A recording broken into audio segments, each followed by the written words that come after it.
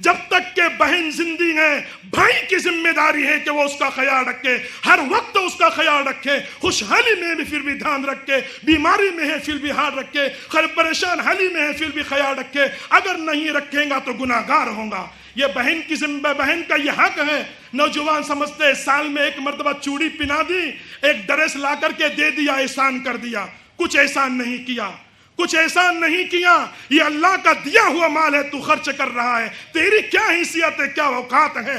ماء مہین، ایسے پانی سے تو پیدا کیا گیا جس کے لوگ گھن کیا کرتے تھے، کیا اوقات ہے تیری؟ اور تو بہن کو کہتا ہے کہ میں دے رہا ہوں، اپکار کر رہا ہوں، اور بھائیوں پہ احسان کر رہا ہے۔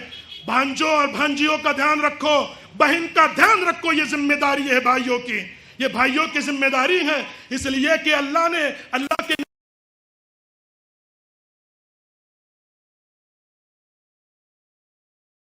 کر اس کو سکھا کر کے، اس کی جوتیاں بنا کر کے اپنے ماں باپ کو اور اپنی بہن کو پہنائیں گے، ان کا حق ادا نہیں کر سکتے، ان کا پابندی لگا دینا یہ اچھا نہیں ہے۔ اسلام نے سب چیزوں کی تعلیم دی ہے اور ہر ایک کو اس کا حق دیا ہے۔ ایسا نہیں ہے کہ ماں باپ کے چکر میں آ کے بیوی کو بھی ستاؤ۔ کچھ نوجوان ایسے عقل مند بھی ہیں سماج میں، ماں باپ کا سن کے عورت کو ستاتے ہیں، ماں باپ جیسا بولتے ہیں ویسا عورت کے ساتھ یہ کون سی بات ہوئی؟ اور معاملہ یہ ہے کہ ماں باپ کو اب بھی مت کہو، لیکن اگر ماں باپ کہے کہ بھائی بیوی بچوں کو مار، عورت کو طلاق دے، بات سنی نہیں جائیں گی، بات سنی نہیں جائیں گی ماں باپ کی۔ کیوں؟ شریعت مطہرہ کے خلاف کام کر رہے ہیں۔ میرے نبی نے فرمایا ابغض المباحات عند اللہ الطلاق، مباح چیزوں میں اللہ کو غصہ دلانے والی چیز طلاق ہے۔ اور ماں باپ کہہ رہے بیوی کو ستا، ایسے ہیں معاشرے میں ماں باپ کے بولنے پر بیوی کو ستاتے ہیں، میکے میں چھوڑ کر آتے ہیں، فون بھی نہیں کرتے، بیوی تڑپ جاتی ہے کہ میرے شوہر کا ایک فون تو آئے، وہ لینے کے لیے تو مجھے آئے۔ ماں باپ کی نیند خراب ہو جاتی ہے۔ ارے دل کے دکھ جانے سے آسمان بھی ہل جاتا ہے۔ اگر ایسے دکھ پہنچاتے رہیں گے تو سکون نہیں ہوگا۔ بیوی بچوں کو بھی نہ ستاؤ۔ میرے نبی نے فرمایا خیرکم خیرکم لأہلی، سب سے اچھا انسان وہ ہے جو تم میں اپنے اہل و عیال کے ساتھ اچھا ہو، سب سے بہترین آدمی وہ ہے جو اپنے گھر والوں کے ساتھ اچھا ہو۔ اللہ نے عورتوں کو صنف نازک بنایا ہے، اس لیے ہم سبوں کی یہ ذمہ داری بنتی ہے کہ ہم عورتوں کا خیال رکھیں، ان کا دھیان دیں اور ان کے اوپر خیال رکھیں۔ تو ایسا بھی نہ کرے کہ ماں باپ کو سن کے بیوی کو ستائے، یا بیوی کے چکر میں آ کے ماں باپ کو گھر سے دھکا دے۔ ایسا نہیں ہے، بیوی کو بیوی کو درجہ دو، ماں باپ کو ماں باپ کا درجہ دو، اولاد کو اولاد کا درجہ دو، ہر ایک کو اپنا ہر ایک کا درجہ دو۔ یہ ایسا کرنا اچھا نہیں ہے بزرگوں۔ اگر ایسا کریں گے تو اللہ اور اس کے رسول کی لعنت اور پھٹکار ہمارے اوپر برسیں گی۔ اس لیے تو پریشانیاں اور دشواریاں ہمارے اوپر آ رہی ہیں کہ والدین کی خدمت نہیں ہوتی، بہنوں کی خدمت نہیں ہوتی، ان کا خیال نہیں رکھا جاتا۔ اور ہمارا حال یہ ہے ایک پڑوسی دوسرے پڑوسی سے پریشان۔ یہ بھی میرے نبی کے سیرت کا پہلو ہے، یہ بھی میرے نبی کے سیرت کا پہلو ہے۔ پڑوسیوں کو ستاتے ہیں، کچرا سامنے لا کے ڈال دیں گے، کچرا سامنے لا کے پھینک دیں گے، پانی ہی سامنے آ کے چھڑکیں گے، یا اپنی بائک اور گاڑی ہی لگا دیں گے۔ اسلام اس کا نام نہیں ہے۔ نماز پڑھنا، روزہ رکھنا، زکوٰۃ دینا، حج ادا کرنا، عمرے پہ عمرہ کرنا، اس کا نام اسلام نہیں ہے بزرگوں۔ اسلام یہ ہے کہ بائک پہ سلیقے سے لگے ہوں، راستہ اگر آمد و رفت کا راستہ ہے تو ذرا گاڑی اپنی دبا کے لگائیں، آڑے راستے میں کھڑے کر دیتے ہیں، گناہ ہے۔ تکلیف پہنچانا گناہ ہے اسلام میں۔ میرے نبی نے فرمایا اپنی ذات سے کسی کو تکلیف نہ پہنچاؤ، یہ تکلیف پہنچانا ہوا۔ تو میرے نبی نے فرمایا پڑوسی کا بھی حق ہے۔ اور پڑوسی کتنے ہیں؟ پڑوسی کہاں تک سمجھا جائے گا؟ ہمارا یہاں پر گھر ہے، دائیں جانب 40 مکان، بائیں جانب 40 مکان، آگے جانب 40 مکان، پیچھے کی جانب 40 مکان، یہ ہمارے پڑوسی ہیں، یہ ہمارے پڑوسی ہیں۔ اگر اپنی ذات سے کوئی تکلیف پہنچا رہے ہیں تو یہ اچھا نہیں ہے۔ میرے نبی نے فرمایا واللہ لا یؤمنو، واللہ لا یؤمنو، واللہ لا یؤمنو، وہ آدمی مسلمان نہیں ہے، اہل ایمان نہیں ہے، وہ اہل مسلمان نہیں ہے۔ میرے صحابہ نے فرمایا یا رسول اللہ کون؟ کہا وہ اہل ایمان نہیں ہے جس کی شرارتوں سے، جس کی تکلیف سے، جس کی سازشوں سے دوسرا بھائی محفوظ نہ ہو یا دوسرا پڑوسی محفوظ نہ ہو، وہ اہل ایمان نہیں ہے۔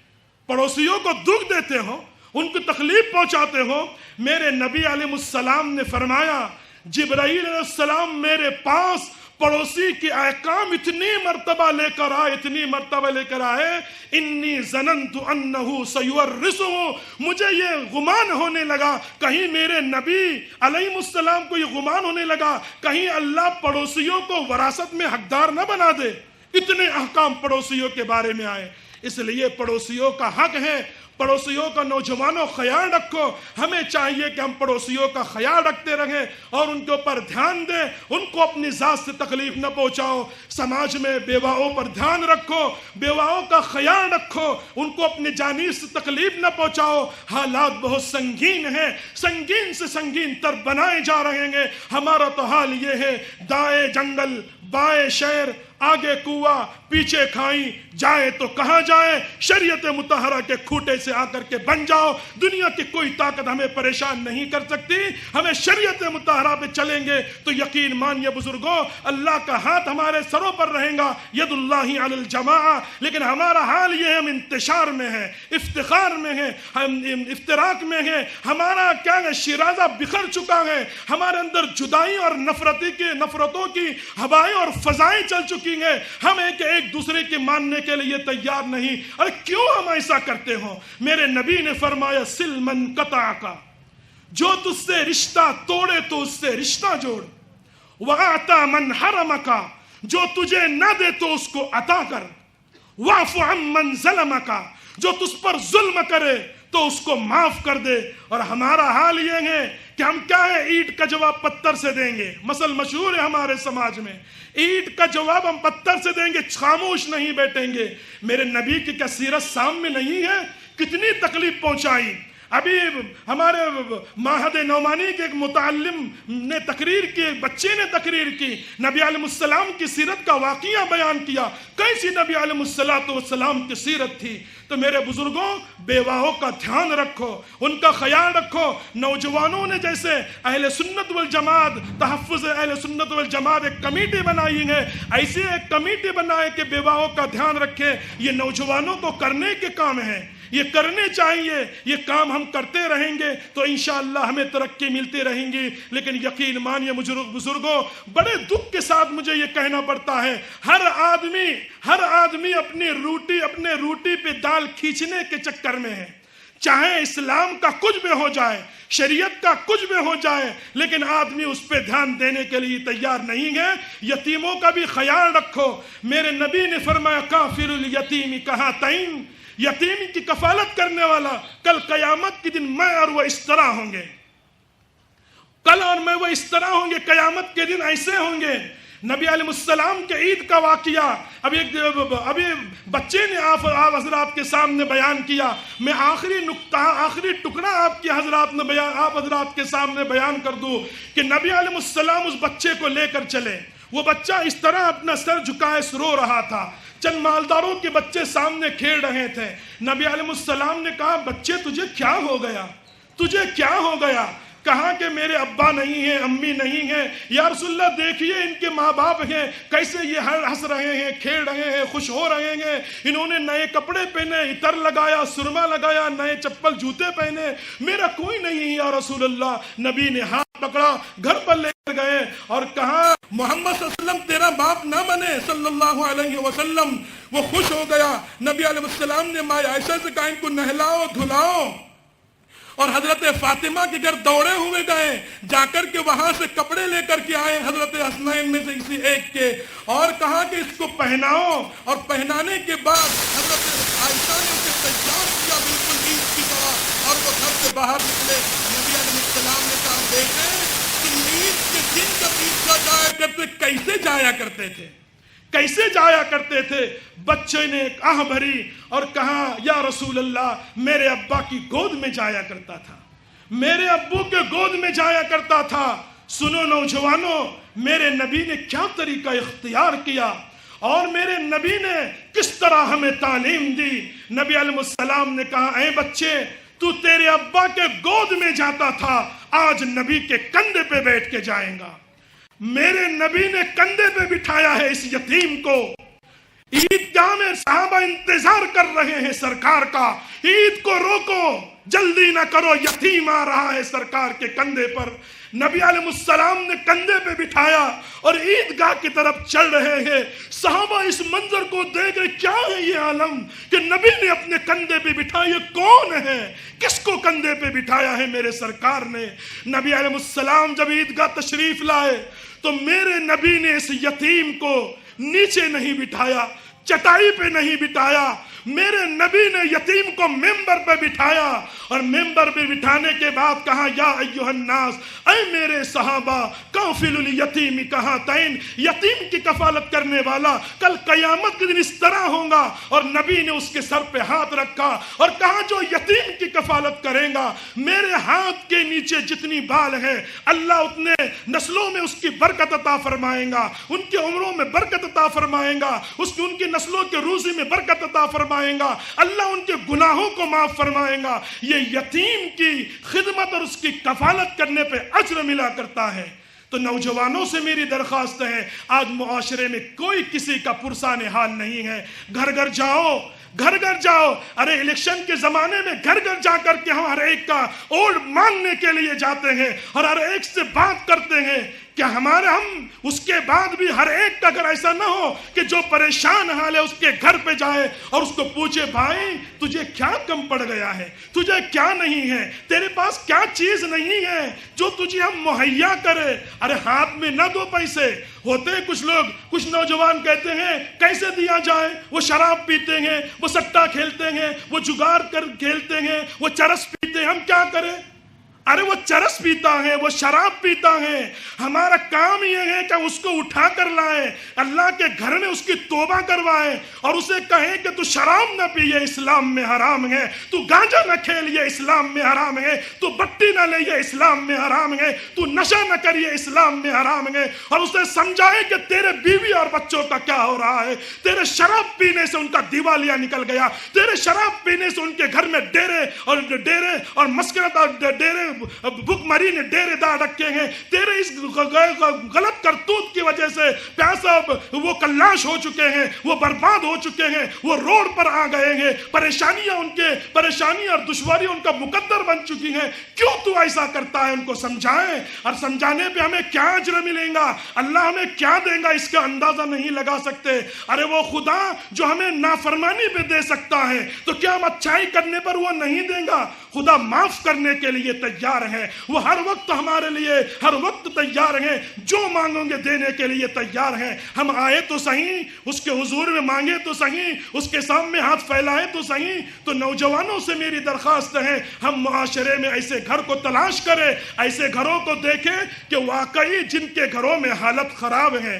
اور مجھے معاف کیجیے گا, میں بڑے ادب کے ساتھ کہتا ہوں, ہے ہر گاؤں میں, ہر شہر میں, ہر بستی میں ایسے لوگ ہیں کہ جن کے شوہر شراب پیتے ہیں یا کچھ کام نہیں کرتے ہیں, نکما پن جن کے زندگی کا مقدر بن چکا ہے اور انہوں نے اپنے ہاتھوں سے بنا لیا ہے. ان کی عورتیں اپنے گھروں سے نکلنے پہ مجبور ہو گئی ہیں, ہوٹلوں میں جا کر کے وہ کام کرتی ہیں, کھیتوں میں جا کر کے وہ کام کرتی ہیں, مارکیٹوں میں جا کر کے وہ کام کرتی ہیں, وہ مجبور ہو جاتی ہیں. اس کے حیا اور عفت کا دامن تار تار ہو جاتا ہے, اس میں حیا ہے, اس میں شرم ہے, اس میں پاک دامنی ہے.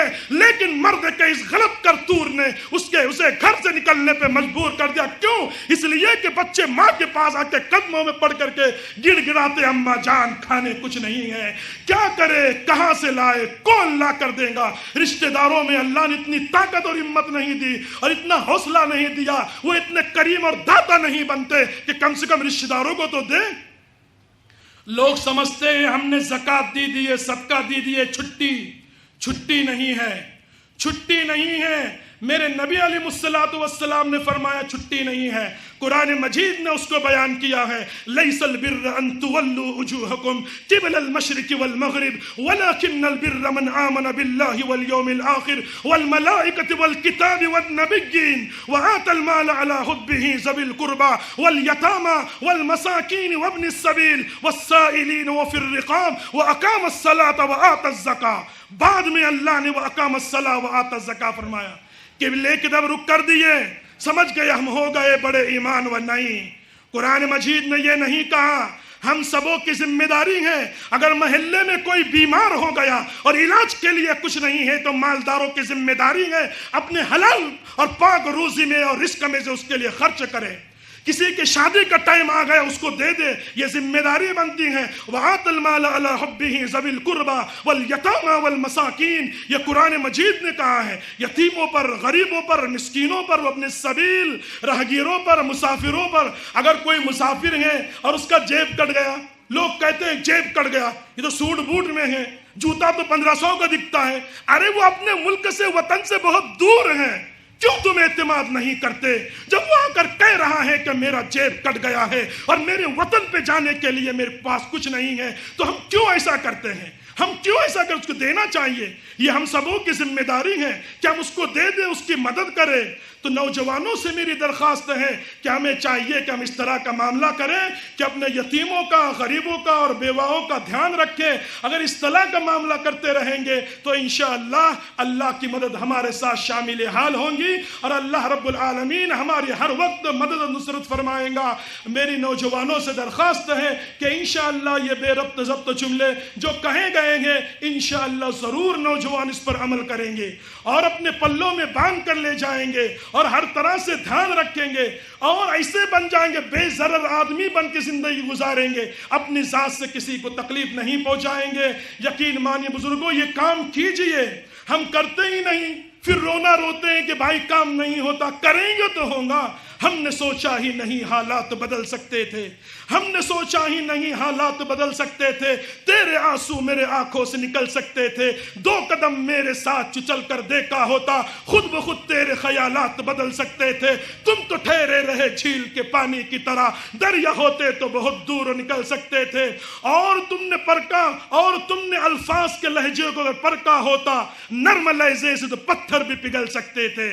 اگر ہم اپنے اخلاق کو بنائیں گے، اپنے کردار کو سنوالیں گے، اپنے نبی کی سنتوں کو زندہ کریں گے تو انشاءاللہ یہ چڑھتا ہوا سورج ہمارے قدموں میں ہوگا اور ہم کامیاب اور بامراد ہوں گے. اللہ تعالیٰ یہ جو کچھ سنا گیا اس پر عمل کرنے کی توفیق عطا فرمائے. اسٹیج پر ہمارے معزز اور معقر حضرات علماء اور حفاظ کرام تشریف فرمائے. اللہ ان کے آنے کو بھی قبول فرمائے، ان کے زندگیوں میں برکت عطا فرمائے. ہم ان کو اپنے ہاتھوں، ہم ان کو اپنے قریب بلائیں، ہم خود ہو کر جائیں اور ان سے اپنے مسائل کو حل کروائیں. ارے یہ ایسے لوگ ہیں کہ جنہوں نے کتنی اپنی گرم گرم راتیں کتابوں کے حوالے کی، جنہوں نے گرم گرم بستروں کو چھوڑ کر کے اپنی آنکھوں کو قرآن و حدیث میں ٹھوسا ہے اور انہوں نے اپنی جوانی کو قرآن اور حدیث کے لیے وقف کیا ہے، قرآن مجید کو اپنے سینے میں ڈالنے کے لیے وقف کیا ہے. ہم ان کی زندگی کو غنیمت جانیں، ان کے پاس جائیں، اپنے مسائل کو حل کریں. اور میرے نبی نے فرمایا ما آتاکم الرسول فخذوہ وما نہاکم عنہ فانتہوا.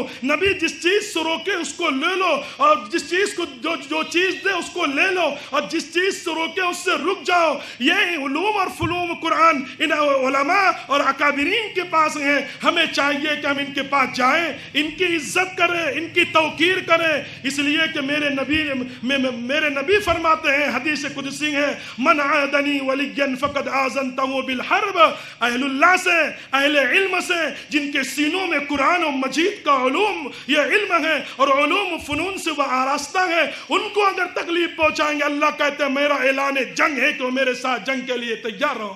کون اللہ سے جنگ کرے گا؟ ایک واقعہ بتا کر میں اپنی بات کو ختم کرتا ہوں. یہ اہانت اچھی چیز نہیں ہے. ہندوستان آزاد ہوا ہمارا. ہندوستان آزاد ہونے کے بعد شیخ الاسلام حضرت مولانا حسین احمد مدنی رحمت اللہ علیہ آپ بیان کرنے کے لیے تشریف لے گئے. اس وقت تو ہنگامہ چل رہا تھا، ہندوستان اور پاکستان جانے کا معاملہ چل رہا تھا. اس وقت مولانا حسین مدنی رحمت اللہ تقریر فرما رہے تھے تو ایک آدمی ناچ رہا تھا، ایک آدمی ڈانس کر رہا تھا، تقریر نہیں کرنے دے رہا تھا، آہ و فغاں کر رہا تھا، چلا رہا تھا، چیخ رہا تھا، آوازیں نکال رہا تھا. مولانا حسین مدنی نے تقریر ختم فرمائے، کچھ نہیں کہا. وقت کا شیخ الاسلام اتنا بڑا جس نے ہندوستان کو آزاد کرنے میں اپنی پوری زندگی وقف کر دی، اتنے باصلاحیت عالم یہ دین تھے، حکومت چلانے میں کوئی انہیں تکلف نہیں ہوتا، کوئی تکلف نہیں ہوتا. لیکن ہمارا حال یہ بزرگوں ایسے اکابرین تھے اگر سو کر بھی حکومت چلاتے تو وہ چلانے کی صلاحیت رکھتے تھے. عبید اللہ سندھی ایسے تو سو کر بھی حکومت چلا سکتے تھے. اللہ نے ایسے علوم و فنون سے انہیں نوازا تھا. ہم ایسے علوم و فنون سے اللہ رب العالمین نے نوازا تھا. اب ہمارا حال یہ ہے کہ ہم بے دخل ہو گئے. ہمارے ہاتھوں سے اقتدار ختم ہو گیا. جبکہ قرآن مجید میں اللہ نے کہا تھا وَلَا تَهِنُوا وَلَا تَحْزَنُوا وَأَنْتُمُ الْأَعْلَوْنَ إِن كُنتُم مُؤْمِنِينَ کہ مقدر تمہارا ہوگا. لیکن یہ کیا ہو گئے؟ ہمارے پاس کچھ نہیں ہے.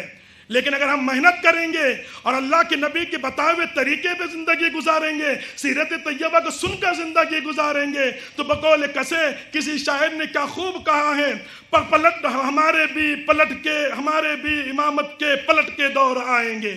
ہمارے بھی امامت کے پلٹ کے دور آئیں گے. مسلح تم بچھاؤ گے, نمازیں ہم پڑھائیں گے. لیکن شرط یہ ہے کہ ہم اللہ اس کے رسول کے مطابق زندگی گزاریں. ہمارا حال یہ ہے کہ نبی کی سنتوں پہ نہیں چلتے, اس لیے یہ سب چیز ہمارے پیروں سے گھسکتی چلی گئی ہیں. تو میں کہہ رہا تھا کہ مولانا حسین مدنی رحمۃ اللہ علیہ ایسے آدمی بیان نہیں کرنے دیا. جب یہ ہنگامہ شروع ہو گیا تو وہ آدمی جو مذاق اڑا رہا تھا, تقریر نہیں کرنے دے رہا تھا, یہ اس ہنگامے میں وہ حضرت رائے پوری کی خدمت میں گیا اور حضرت مولانا عبدالقادر رائے پوری رحمۃ اللہ خدمت میں جا کر کہنے لگا حضرت میں بہت حیران ہوں, دعا کیجئے کہ یہ دور شروع ہو گیا ہندوستان میں. مجھے یہ بد دعا ہے شیخ الاسلام کی کہ جس وقت وہ بیان کر رہے تھے میں نے ان کو بیان نہیں کرنے دیا تھا اور ان کے روڑے اٹکائے تھے. اللہ اس کے رسول کی بات کی توہین میں نے کی تھی.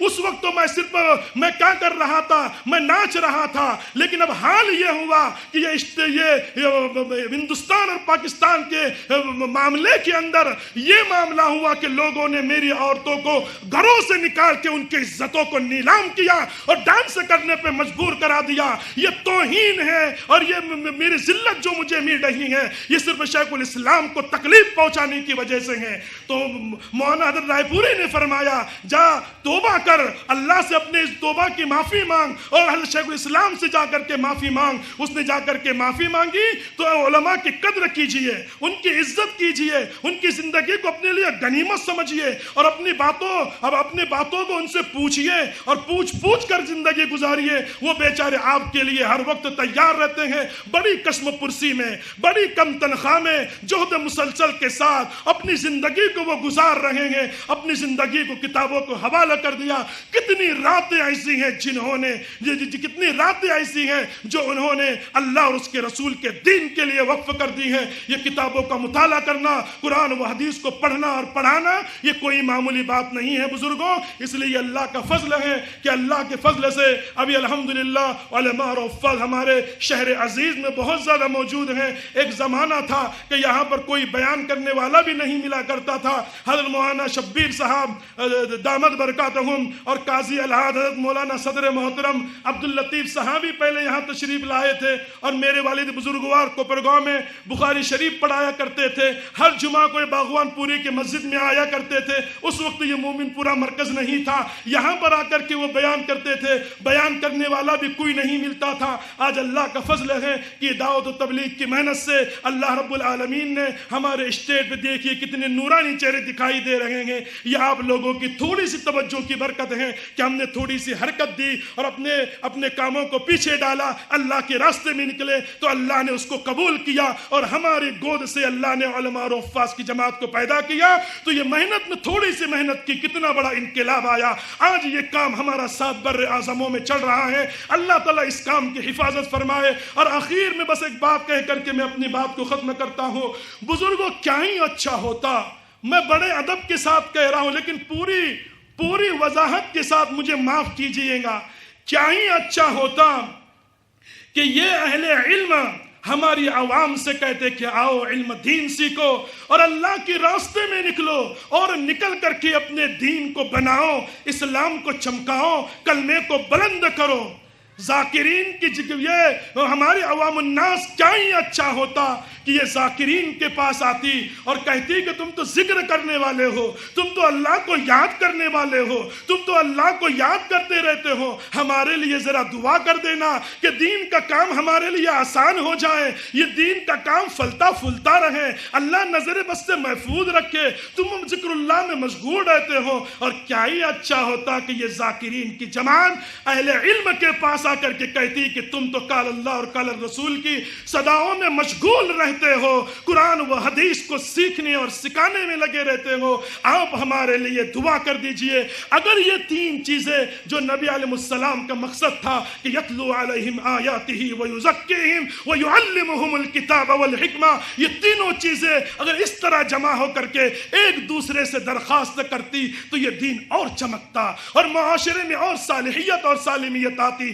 اللہ تعالی ہم سب اہل ایمان کو اس مشکل گھڑی میں مستقیم رکھے, ہدایت پہ جمائے رکھے, یقین کی مایا ہمارے اندر پیدا فرمائے, زندہ رکھے, اسلام پہ زندہ رکھے, اور موت آئے تو ایمان پر ہمارا خاتمہ ہو. آخر میں پھر میں آئے ہوئے حضرات علماء کرام کا میں تہہ دل سے شکریہ ادا کرتا ہوں کہ آپ لوگوں نے اس حقیر کو اور اس گناہگار کو کہنے کا موقع دیا. اگرچہ مجھ سے بھی زیادہ منجے ہوئے باصلاحیت خدا داد صلاحیت رکھنے والے لوگ اسٹیج پہ موجود ہیں, لیکن انہوں نے اس حقیر کو موقع دیا. اللہ تعالیٰ ان کے اس معاملے کو قبول فرمائے, اور میری جو ہمت افزائی کی اللہ تعالیٰ اس کا بدلہ انہیں دارین میں عطا فرمائے. اور میں ان نوجوانوں کا شکر گزار ہوں جنہوں نے اس گناہگار کو یاد کیا اور کچھ کہنے کے لیے حکم دیا کہ آ کر کے یہاں کچھ کہیں. یہ سنگمنیر شہر میرے لیے کچھ اجنبی نہیں ہے, بلکہ فقط لبثت فیکم عمرا کے مصداق کہ یہاں پر میرے 18-19 سال گزرے ہیں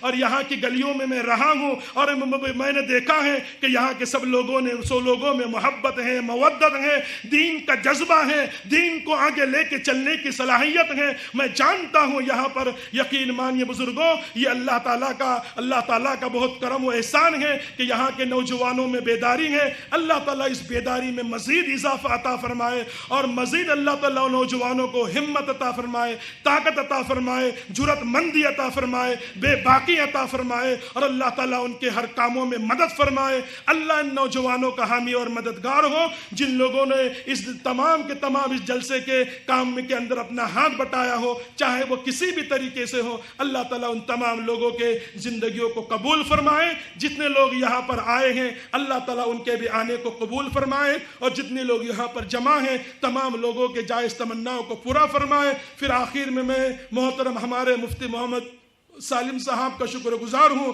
کہ انہوں نے مجھے یاد کیا. اللہ تعالیٰ ان کے علم میں مزید اضافہ عطا فرمائے, اللہ ان کو باصلاحیت عالم دین بنائے, اللہ تعالیٰ ان کی عمر میں برکت عطا فرمائے, اللہ ان کو علوم و معارف سے نوازے, اور اللہ تعالیٰ ان کو اور اس علم میں ترقی عطا فرمائے. یہ ایک باصلاحیت اور ہونیار عالم دین ہے, ان کو بچپن ہی سے اللہ نے صلاحیت عطا فرمائی ہے. انہوں نے بچپن ہی سے پڑھ کر کے انہوں نے پہلے عالمیت کی اور بعد میں پھر حفظ مکمل کیا, اس کے بعد افتاء کیا, اور کئی سالوں سے وہ پڑھا بھی رہے ہیں. اللہ نے ان کو علوم و فنون کے اوپر ملکہ بھی عطا فرمایا ہے. ہم دعا کرتے ہیں کہ اللہ اس نوجوان عالم کی عمر میں برکت عطا فرمائے, صحت میں برکت عطا فرمائے, تندرستی میں برکت عطا فرمائے, اور جس تنظیم کو جس تحریک کو وہ لے کر کے اٹھے ہیں اللہ تعالیٰ اس میں برکت عطا فرمائے, اور اللہ ان کا حامی اور مددگار ہو. یہ بے ربط ضبط جملے کہے گئے ہیں, اللہ تعالیٰ اس پر عمل کرنے کی توفیق عطا فرمائے. ربنا تقبل منا انك انت السميع العليم وتب علينا انك انت التواب الرحيم.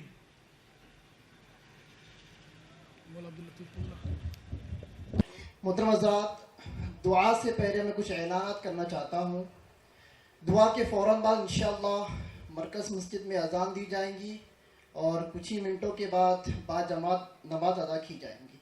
اسی کے ساتھ ساتھ میں اراکین تحفظ اہل سنت والجماعت کی جانب سے ہمارے مہمان خصوصی حضرت الاستاذ مولانا محمد یحییٰ صاحب قاسمی کا بہت ہی شکر گزار ہوں کہ انہوں نے ہمارے لیے وقت نکالا اور اپنے علوم اور معارف سے ہم کو مستفید فرمایا.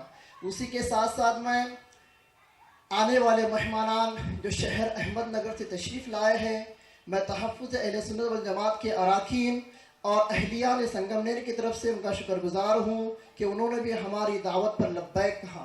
اسی کے ساتھ ساتھ شہر ناسک سے جمعیت علماء کے جو ذمہ دار تشریف لائے ہیں جنہوں نے ہماری دعوت پر لبیک کہا, میں تحفظ اہل سنت والجماعت کے اراکین اور جملہ اہلیان سنگمنیر کی طرف سے ان کا شکر گزار ہوں. اسی کے ساتھ ساتھ شہر اورنگ آباد سے تحفظ دین میڈیا سروس کے جو اراکین جو ذمہ دار تشریف لائے ہیں، میں ان کا بھی تہ دل سے شکر گزار ہوں کہ ہماری ایک دعوت پر انہوں نے لبیک کہا اور اتنا لمبا سفر کر کر ایک ضلع سے دوسرے ضلع کا سفر کر کر اتنی ٹھنڈی میں اور رات کے وقت محض ہماری دعوت کو قبول کرتے ہوئے تشریف لائے. میں ان کا بھی تہ دل سے شکر گزار ہوں. اسی کے ساتھ ساتھ اس مجمع کے اندر تشریف فرما شہر سنگمنیر کے سارے علماء اکرام، حفاظ اکرام اور مساجد کے ائمہ کا میں شکر گزار ہوں کہ انہوں نے ہماری دعوت پر لبیک کہا اور تشریف فرما ہوئے. اسی کے ساتھ ساتھ سنگمنیر شہر کے جتنے بھی ذمہ داران ہیں اور جتنے بھی ایجوکیٹڈ طبقے کے لوگ ہیں اور جتنے بھی ہماری عوام الناس ہیں، ان سبھی کا میں شکر گزار ہوں کہ جنہوں نے اس جلسے کو کامیاب بنانے کے لیے ہمارے قدم سے قدم بڑھایا اور ہماری آواز پر لبیک کرتے ہوئے ہر اعتبار سے ہمارا ساتھ دیا. اسی کے ساتھ ساتھ میں مومن پورہ مرکز کے ذمہ دار اور تمام نوجوان کو مبارکباد دیتا ہوں کہ ان کی کاوش، ان کی محنت اور ان کی لگن اور ان کی ہیلپ کی وجہ سے یہ عظیم الشان جلسہ سیرت النبی کا انعقاد ہوا ہے.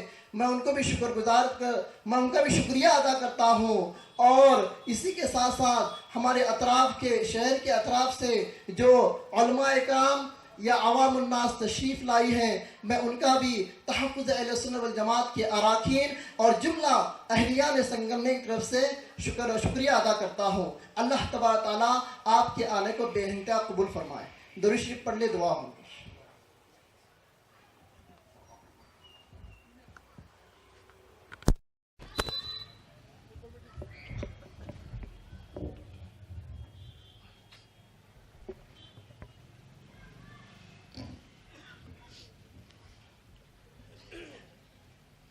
بسم اللہ الرحمن الرحیم. جزا اللہ محمد صلی اللہ علیہ وسلم. صلی اللہ علی النبی الکریم. ربنا آتنا فی الدنیا حسنہ وفی الآخرۃ حسنہ وقنا عذاب النار. ربنا لا تزغ قلوبنا بعد إذ هديتنا وهب لنا من لدنك رحمة إنك أنت الوهاب. ويا أرحم الراحمين ويا ذا الجلال والإكرام ويا أكرم الأكرمين. اللهم اهدنا الصراط المستقيم. اللهم اهدنا الصراط المستقیم. اللهم اهدنا الصراط المستقیم.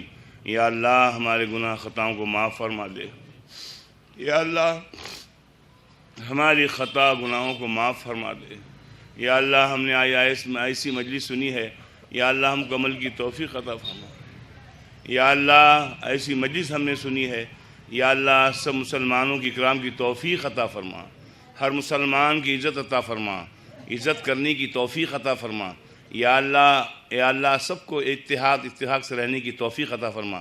یا اللہ ایک دل بنا دے، ایک جان بنا دے. یا اللہ سب کو اتفاق سے رہنے کی توفیق عطا فرما. مولا ماں باپ کے تعلق سے حضرت نے جو بات کہی ہے، یا اللہ سب کو عمل کی توفیق عطا فرما. جن ماں باپ نے ہمیں محنت سے پالا، جن ماں باپ نے شفقت سے پالا، جن ماں باپ نے بھوکے رہ کر پالا، جن ماں باپ نے مصیبتوں سے پالا اور چھوٹے سے بڑا کیا، یا اللہ انہیں جزائے خیر عطا فرما. یا اللہ ان والدین کو جزائے خیر عطا فرما. یا اللہ ان والدین کو جزائے خیر عطا فرما. اور یا اللہ سب کو والدین کی خدمت کی توفیق عطا فرما. اسی کے ساتھ بیوی کی جو ہے خدمت کی توفیق عطا فرما. معاشرے میں رہ کر، سوسائٹی میں رہ کر، یا اللہ سب کو مل جل کر رہنے کی توفیق عطا فرما دے. یا اللہ آج کا مجمع جنہوں نے دین کی بات سنی ہے، اللہ کو سب کو قبول فرما. اور حضرت نے فرمایا جاؤ پہلے اپنے ماں سے معافی مانگو. اتنی بات قیمتی ہم نے سنی ہے، جا کے ہم اپنے ماں باپ سے معافی مانگے. یا اللہ علقمہ کی بات سنی ہے آپ نے، مغفرت نہیں ہو رہی تھی، کلمہ نصیب نہیں ہو رہا تھا، والدہ نے معاف کر دیا، معاملہ ختم ہو گیا. یا اللہ ہمیں والدین کی خدمت کی توفیق عطا فرما. اتنا مجمع ہے، اتنی باتیں ہم نے قیمتی سنی ہے، یا اللہ ان باتوں کو عمل کی توفیق عطا فرما. ہمارے دل میں جما دے. یا اللہ ان باتوں کو ہمارے دل میں جما دے. یا اللہ ان باتوں کو ہمارے دل میں جما دے اور عمل کی توفیق عطا فرما. یا اللہ اخیر میں جو بات حضرت نے فرمائی ہے، یا اللہ ہم سب مل کے دین کی بات کریں، دین کو اشاعت کریں، دعوت کا کام کریں، مسلمانوں کو جوڑیں، اور وہ شرابی، وہ کبابی، یا اللہ ان کے بال بچے بھوکے مر رہے ہیں، اس نسبت سے حضرت نے بہت باتیں کی ہے، یا اللہ ان کی ہمدردی کی توفیق عطا فرما دے۔ یا اللہ آج کا مجمع بڑا قیمتی مجمع ہے، یا اللہ ایسے مجمع سے خوش ہوتے ہیں، اللہ خوش ہوتے ہیں، یا اللہ فرشتوں نے گھیر لیا ہے، یا اللہ اس مجلس کو ہمیشہ کے لیے قبول فرما دے، عمل کی توفیق عطا فرما، عمل کی توفیق عطا فرما، یا اللہ عمل کی توفیق عطا فرما۔ ہم نعمتیں کھا رہے ہیں اور صبح کو سوتے ہیں، ساری نعمتیں ہم نے کھائی ہے، لیکن صبح فجر کو نہیں آتے ہیں، کائیں کائیں کر رہے ہیں، پرندے آواز لگا رہے ہیں، اور یا اللہ ہم اپنے گھروں میں سو رہے ہیں۔ یا اللہ ان تمام مجمع کو عمل کی توفیق عطا فرما، فجر میں اٹھنے والا بنا دے، یا اللہ فجر میں اٹھنے والا بنا دے۔ قال النبی صلی اللہ علیہ وسلم نوم الصبح یمنع رزقا، صبح کا دیر تک سونا روزی کو روکتا ہے۔ یا اللہ سب کو اعمال کی توفیق عطا فرما۔ یا اللہ ہماری دعاؤں کو حضرت محمد صلی اللہ علیہ وسلم صدقہ طفیل میں قبول فرما۔ صلی اللہ تعالی علی خلقی محمد وآلہ وصحبہ اجمعین برحمتک۔ کچھ اعلان کرنا ہے کھانے والے؟ نماز کب ہوگی ابھی؟ الحمد للہ، الحمد للہ، الحمد للہ۔